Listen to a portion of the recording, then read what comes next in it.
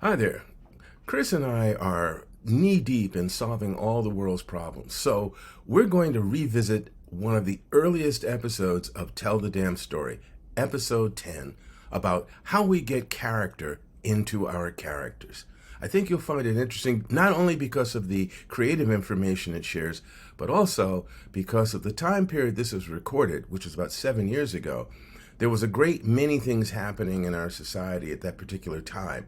And so you'll get a chance to see how the influences of society, the day to day lives that we live, actually impact or affect our creative process. So I hope you enjoyed this episode of Tell the Damn Story Revisited. Welcome to the podcast that discusses storytelling from all angles to help you and us answer the call when the muse screams, "Tell the damn story." We'll be exploring the challenges of being creative in fiction, illustration, comics, film, and nonfiction. All right, welcome back to Tell the Damn Story. In our last episode, Tim was off in the wilds of America. And he still is. Still is out there in America, introducing Maddie's Rocket to Americans abroad, and we wish him again the very best of luck and hope he's doing well with that. Can't wait to get him back here. In the meantime, last episode we started talking about the bulk of it was about getting back to a story that really was birthed here on Tell the Damn Story. And I read an excerpt so we could kind of talk about how we try and tell story, get story out of showing different sides of a character. And we got into a conversation about how Alex Simmons' character, Blackjack, also known as Aaron Day, he doesn't have an alter ego. It's not Bruce Banner Hulk. It's not Clark Kent Superman. Aaron Day and Blackjack are the same person.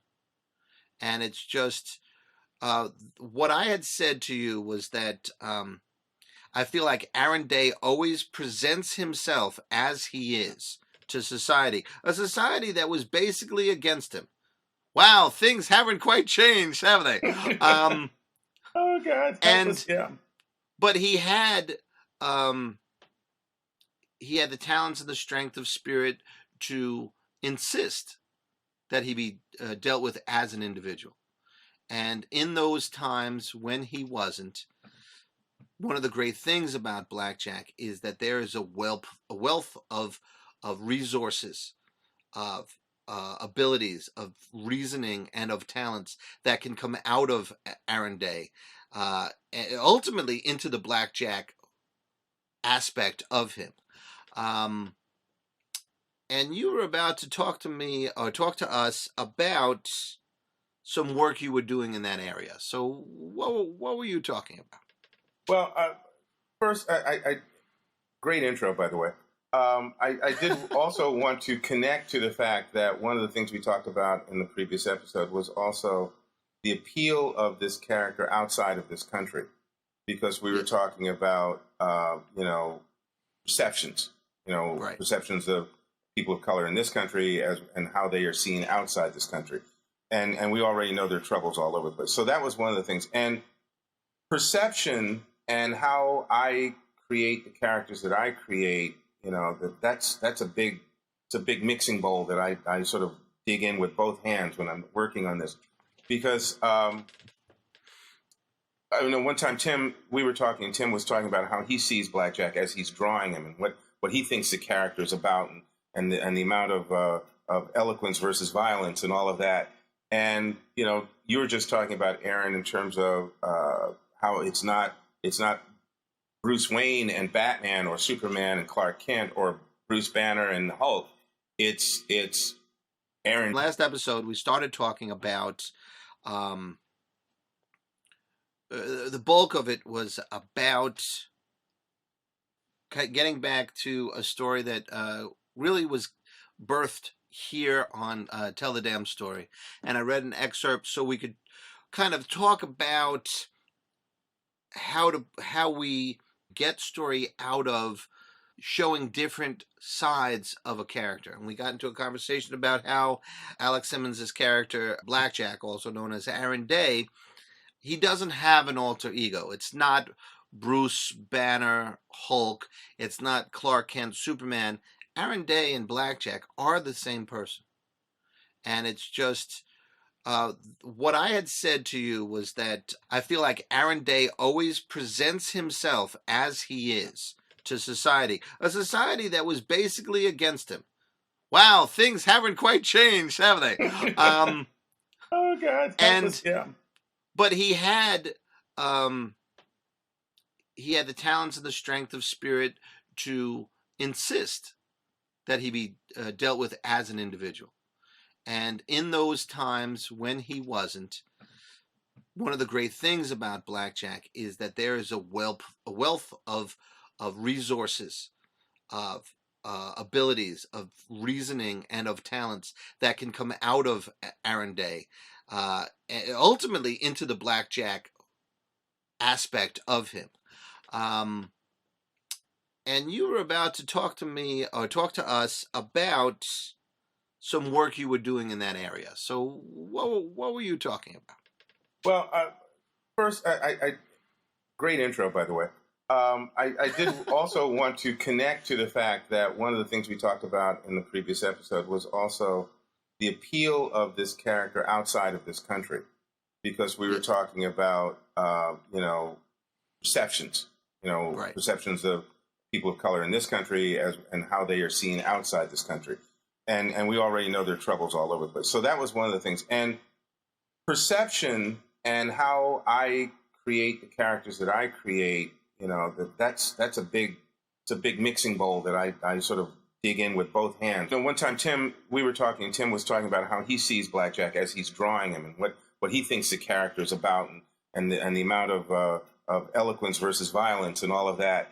And you were just talking about Aaron in terms of how it's not Bruce Wayne and Batman, or Superman and Clark Kent, or Bruce Banner and Hulk. It's Aaron Day, who is Blackjack as well. And so to me, a lot of what I do is try and build a character who happens to carry this particular name. And then I look at the character's history, their bio, I look in which I create, when I create these characters. I create a bio. Where are they from? What are they about? What do they want? Who are they connected to? Friends, enemies, family, all of that stuff. Because the more I know about the character, the easier it is to write them in whatever story I'm doing. I have a better sense of how they'll react to things, and what they want to do, or how they'll be able to do it or not be able to do it. So one of the things in working with you that, on this next anthology, where you were working on Red Star, you brought in Miriam and really sort of connected to her past and Aaron and all of that. I went and looked at the other two other supporting characters from the first story, Second Bite of the Cobra, which is Red and Bo. Red being an overweight, stringy, long-haired, basically he's a fat man. He's a fighter and actually works Big boned. His weapon is a crossbow. I mean, he can use other weapons, but his weapon of choice is his crossbow. And Bo is a shaved head Native American. He's Cherokee from the United States, and they're partners. They ride together, if you will. Not quite the Lone Ranger and Tonto, the image, but they ride together. But whereas the Lone Ranger and Tonto come from more of a pure place in their creations, Red and Bo have baggage and demons and so forth, and I know these aspects of their life. So when I went to do a short story with Aaron and Red and Bo, I didn't feel the idea came to me, and I didn't feel like, oh yeah, I want to see them in battle and how they function together. I wanted to really take this opportunity to show the reader, the audience, and the Blackjack fans an aspect of this relationship between Red and Aaron in this particular scene I'm going to read that you might not expect, or you might have been waiting for. But I know that was a part of the dynamics between them. And I felt like, to me, this was going to be the exciting, dangerous arena, was putting them in this space. So the story takes place in this really hole in the wall, this flea bag, disgusting dive, this thing that functions loosely as a flop house in a foreign country where they've just been on a mission. And Red and Bo, because they're not forced to be together now, Aaron and the group. So Red and Bo have gone about their business, and Aaron gets a message from Bo to come to this place because Red has been there for days, and it's not good. And Aaron eventually goes in to meet with him. And this is a part of, and it's just one page. I'm just going to read this one moment, one little peek into the character. Red and Aaron have already had some words, and Aaron's very cool, very chilled, just very stonewall in a way as he's listening to some of what Red is saying. And this part comes up. We did this here thing, sort of like a fox hunt, yeah. Wicked sneer seemed to cut a gash across his face, exposing stained teeth. Yeah, a fox hunt, except with niggers. Sport. Fun, yeah. Red paused. What else was there for us to do? Aaron's eyes narrowed. He never found it. Well, hounds never consider the feeling of a fox or coons. Red took another hard swallow from a half-empty bottle. Nope, never did. He didn't either. His eyes were bleary, yet he seemed to gaze off into some far, murky, gray memory. We did it more than once, lots of times. Feel that low. Gotta find something that's lower. Got to. Else you're thinking, I'm it. Lowest damn thing on God's green earth. I can't be thinking that. I can't, Red shouted. His voice was a hoarse shriek. Spittle flew from his mouth. As he lost his balance, it stumbled against the wall next to where Aaron was standing. Aaron didn't move. He continued to lean against the door, his arms folded across his chest, his steely gaze locked on the drunken man who more than once had fought beside him. After a few seconds, Red leaned his head against the wall and chuckled. You know the joke? He asked. Aaron didn't respond. I didn't need to be stronger than anybody, or even smarter. I just needed to know that I wasn't the only ugly, dirt poor, fatherless fat boy in the county. Used to say, your mama must have got real friendly with somebody's prize hog. Pig boy. That's what they call me. Every damn day of my life. Right up till I run off. Red leaned in closer to Aaron, breath a sickly sour wave of liquor, meals he couldn't keep down. Know how I knew I'd done the smart thing? Choked back a sob. 'Cause nobody came looking for me. That's the end of that. Damn. Wow. I have an interior thing and then an exterior thing.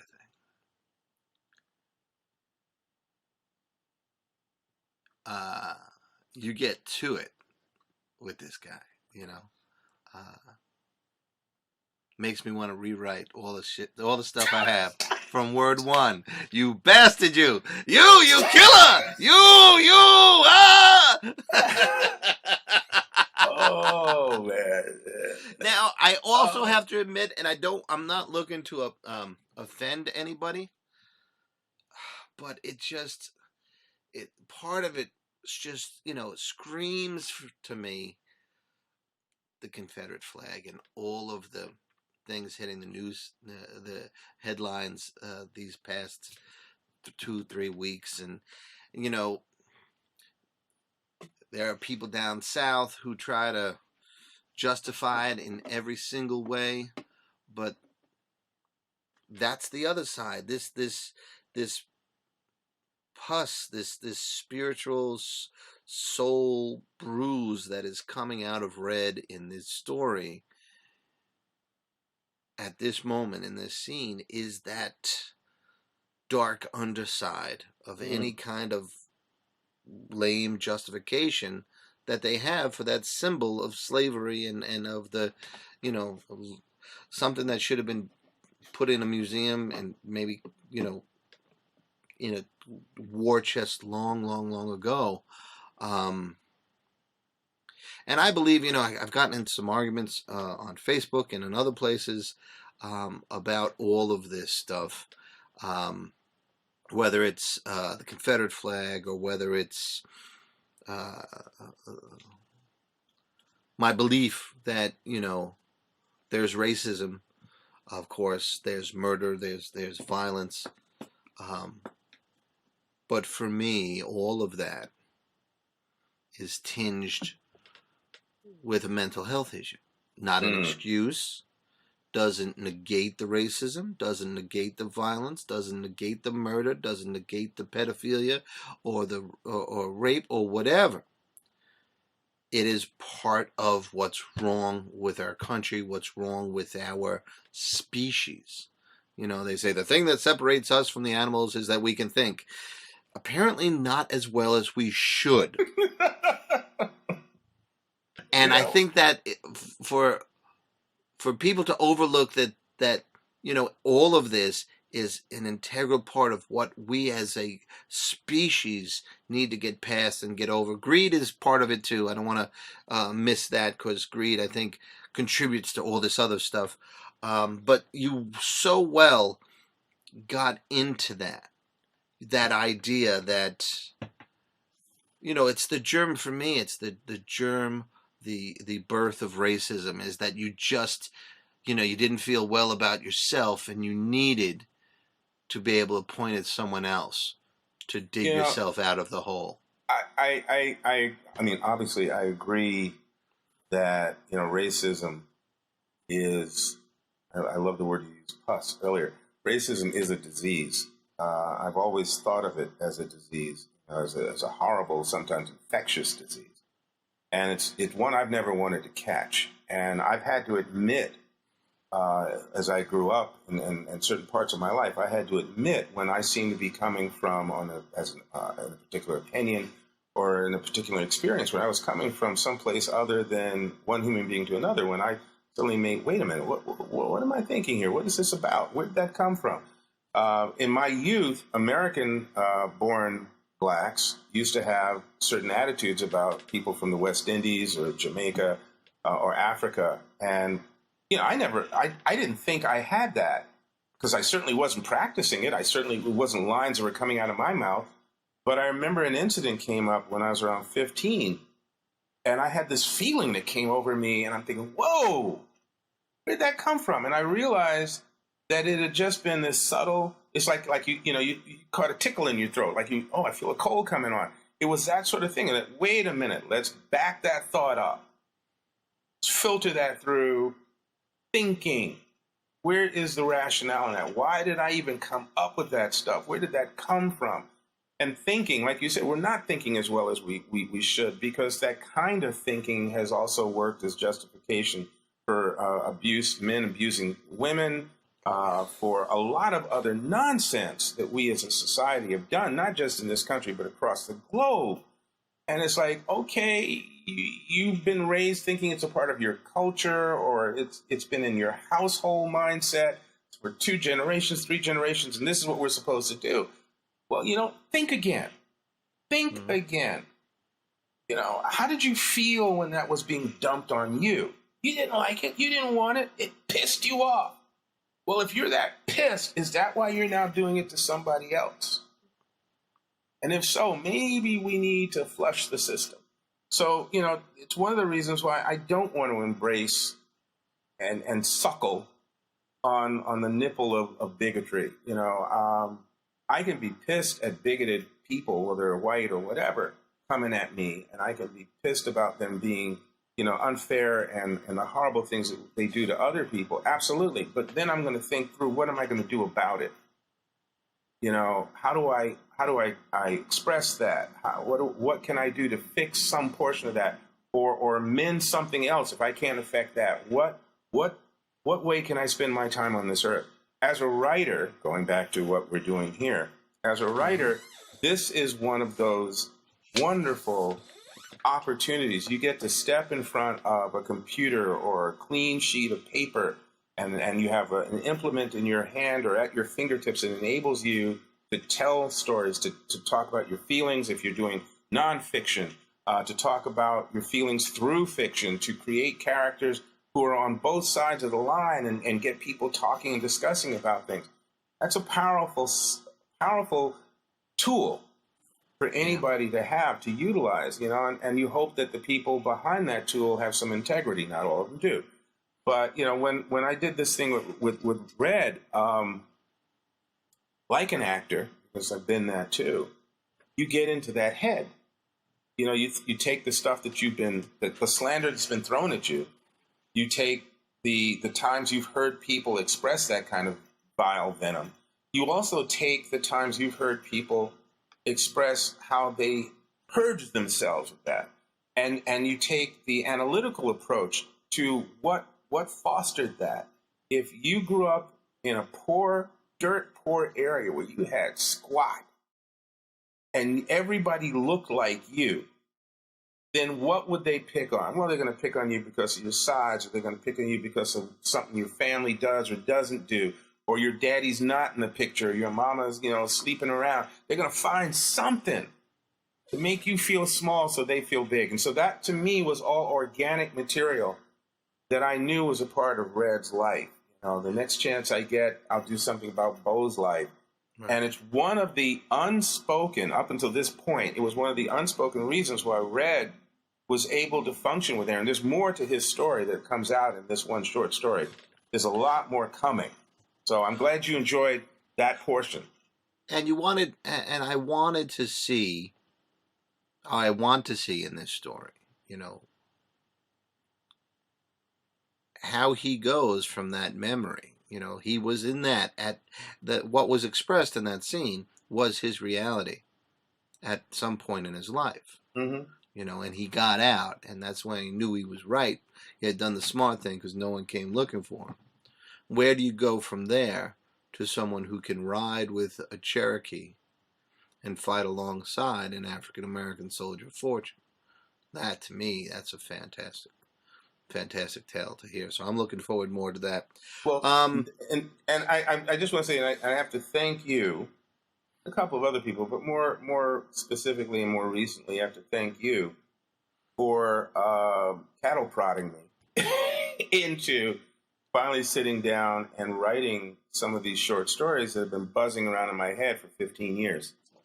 Well, I believe in you, and I believe in Blackjack, and I think that when you do the work speaks to other people. So it's just in service of my own selfishness that I want to read more Blackjack. And that I believe, and we've heard so many stories that this touches people, I do want to try and segue all that into, if it's okay, I have a page that I'll read to you.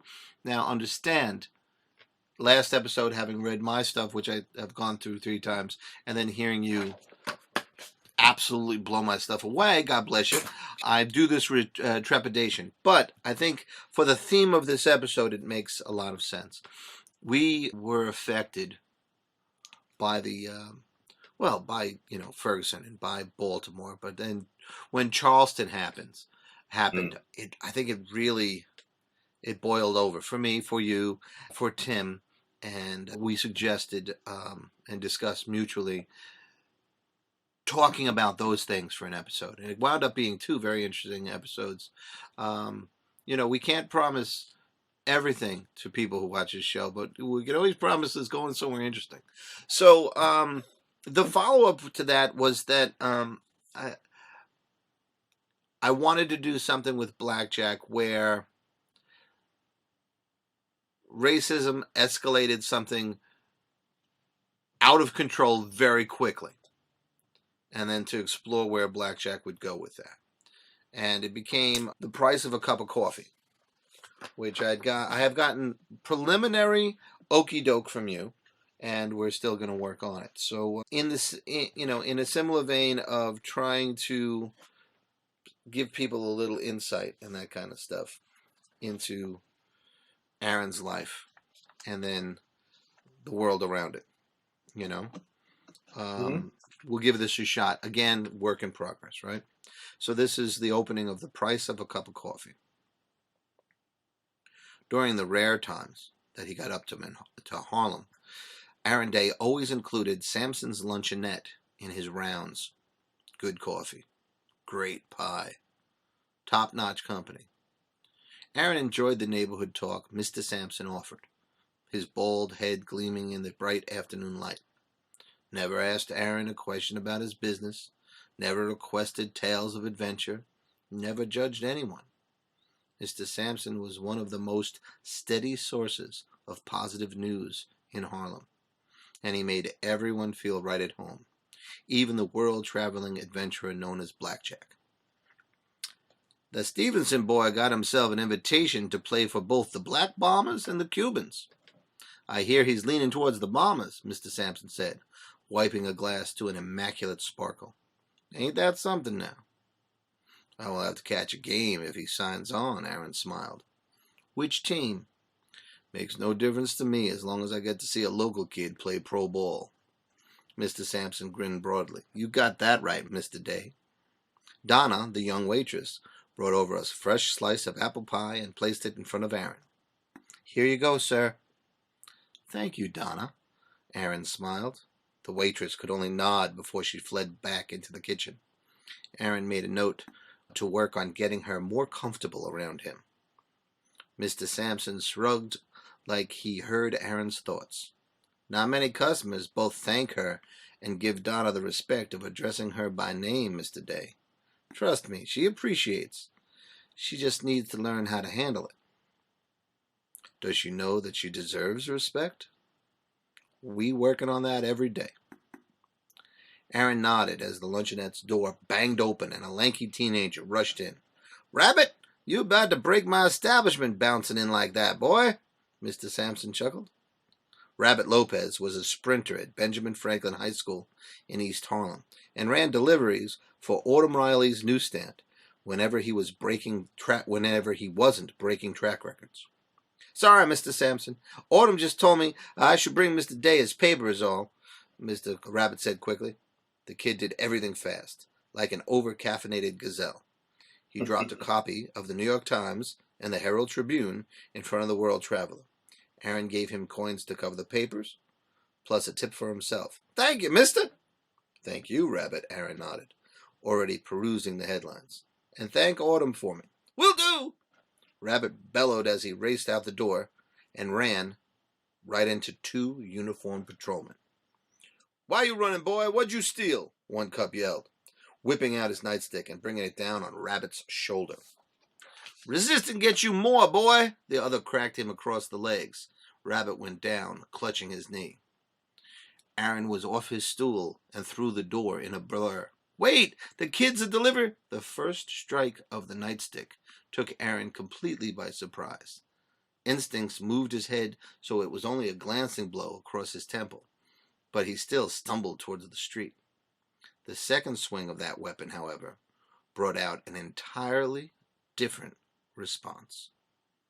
I'll leave it there. Thanks. And the idea was to I mean, they were just having a neighborhood moment, you know. Um, I imagine that for a lot of people in Ferguson, for a lot of people in Baltimore, for a lot of people who weren't in that church but around the church, chaos just erupted. And I just and I've had this conversation with a couple of people who they have an agenda on how to handle these things. My only agenda is to keep talking about it. Keep talking about it, keep being as pure about it as you can to spread the idea that there's a better way to do things. And Yeah, what seems to be, and again, not to turn the show into a political thing, but I think, once again, because I still sort of cringe when people say that art is political. I think that art can be political. I think that art sometimes is used definitely to promote political agendas or whatever, but ultimately, art is art, and it's going to be what it is in a particular situation. So I think what you've conveyed here is a slice of life as it was lived. I mean, we may be using fictional characters, but the kind of things that happen in Ferguson and in Charleston and so many other locations in just the past year is the kind of things that used to happen in the 50s, 40s, 30s, 20s, Civil War time, you name it. Some of it even more heinous and more horrible. And the lesson that we seem to have difficulty learning is all that does is fuel the fire. It doesn't give you control over a people. It pisses them off more. And as the world is changing, and people are fighting it, but the world is changing. It's not all one color anywhere. It's an amalgam. It's a melting pot. It's what the globe is once you start opening commerce stores and things like that. So if you can't adjust to that, yeah, you're going to feel like you need to be someplace in an enclosed, gated community. Or you're going to do, you're going to do the kind of things that we see these patrolmen doing, or some of the like the kid in the cop in the Texas pool video. I just think that is the core of what we need to do in the country, which is reflect and ask ourselves why, and have these dialogues and bring generate it back material. To bring it back to that scene with Red. Us seeing all that background into Red gives us insight. Insight, understanding is the key to advancement for humanity. And no argument. And I will also say this too, and again, tying it into spoken and written word. Mm-hmm.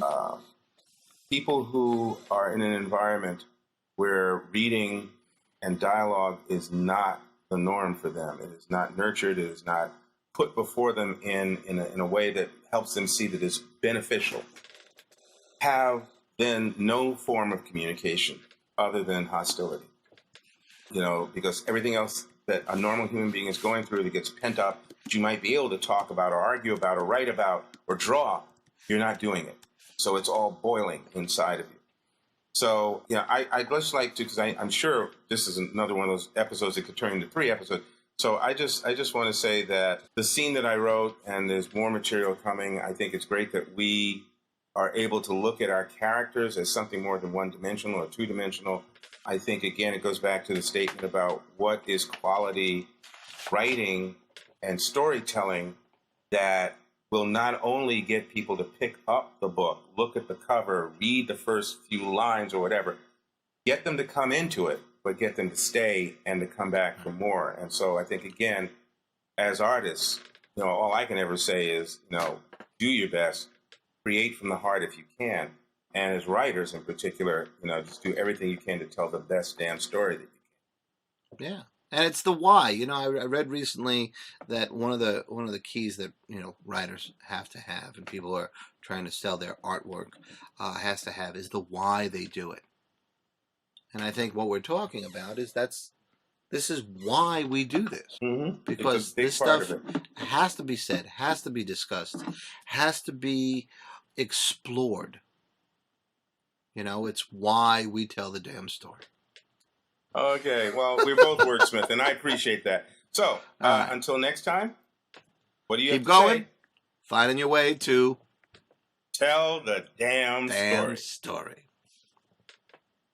If you want to hear more about the show or any of us, go to tellthedamnstory.com.